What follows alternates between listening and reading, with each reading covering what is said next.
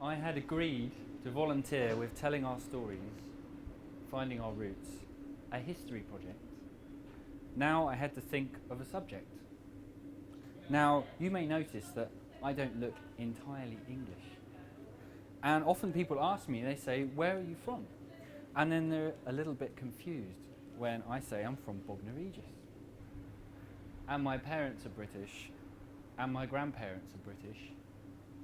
But if you want to know why I'm a little darker, if you go back far enough, I have some Sephardic, Portuguese, Jewish ancestry.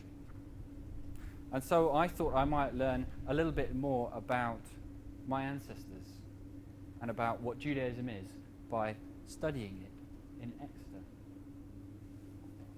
I was given a contact, Bill of the Exeter Synagogue. I called him up and he agreed to meet me and my research buddy in a coffee shop for a chat. He spoke to us a little about the history of the synagogue.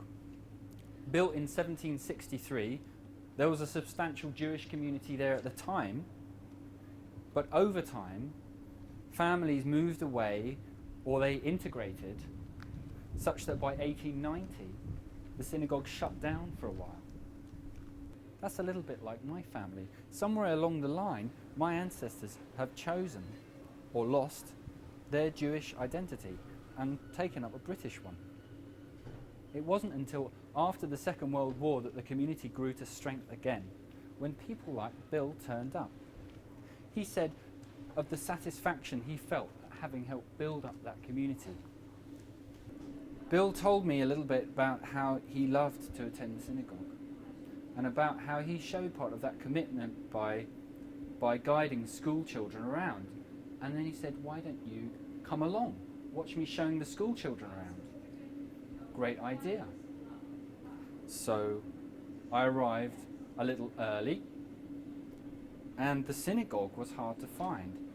There were no windows on the front, there was no great sign, and I found out later that this was intentional. It was hidden away. I met Bill. Shortly after, I was sat on one side of the synagogue, a sea of 8-year-olds fidgeting on the other, Bill in the middle. They were looking to their teachers, but they were also looking to Bill, and they were quiet and they listened to a man born some 80 years before them as he answered their questions. What's that funny candlestick? What's the orange light for?